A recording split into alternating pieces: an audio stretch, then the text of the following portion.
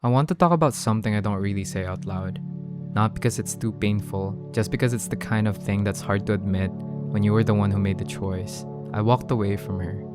Not because she did something wrong, not because it wasn't real, and not because we didn't have something worth holding on to.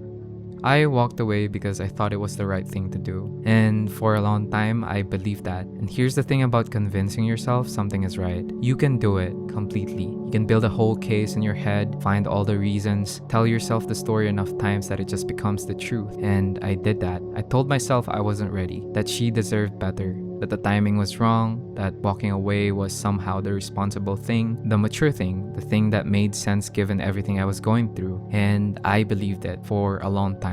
I actually believed it. But then distance happened, and time, and space, and slowly, the story I'd been telling myself started falling apart. Not all at once, just quietly, the way the truth always comes back when you've stopped distracting yourself from it. And what I found underneath all those reasons, underneath all that logic I'd built, was that I was just scared. Scared of not being enough. Scared of the vulnerability of being fully known by someone. Scared of showing up for something real when I wasn't sure I was ready to be real yet. And I called that growth. I called it doing the right thing, but it wasn't. It was just fear with better vocabulary. And here's what I lost when I walked away. Not just her, not just the relationship, but the security. Because she was the kind of person who made you feel like the ground beneath you was solid. Not because she fixed anything, not because she had all the answers, but because she was there consistently in the way that actually matters. She listened to the things I was building, the things I wanted, the plans that weren't even fully formed yet. She held all of that with me. And then when I left, that half-built future just stopped, like a blueprint nobody's working on anymore. And I've been trying to find a solid ground ever since. And what makes it heavier is this. I was forming a direction back then, still rough,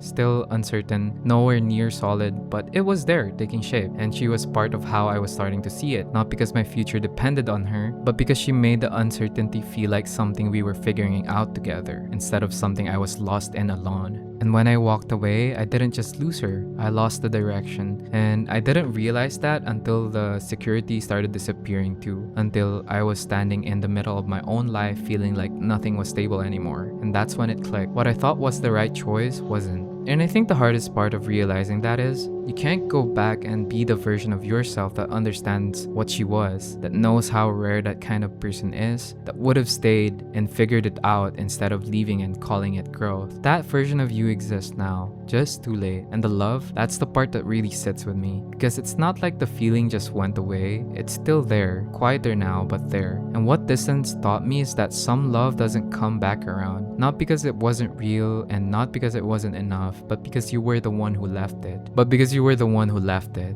and it waited for a while, I think. Well, for me, I think. And then it just became something you carry.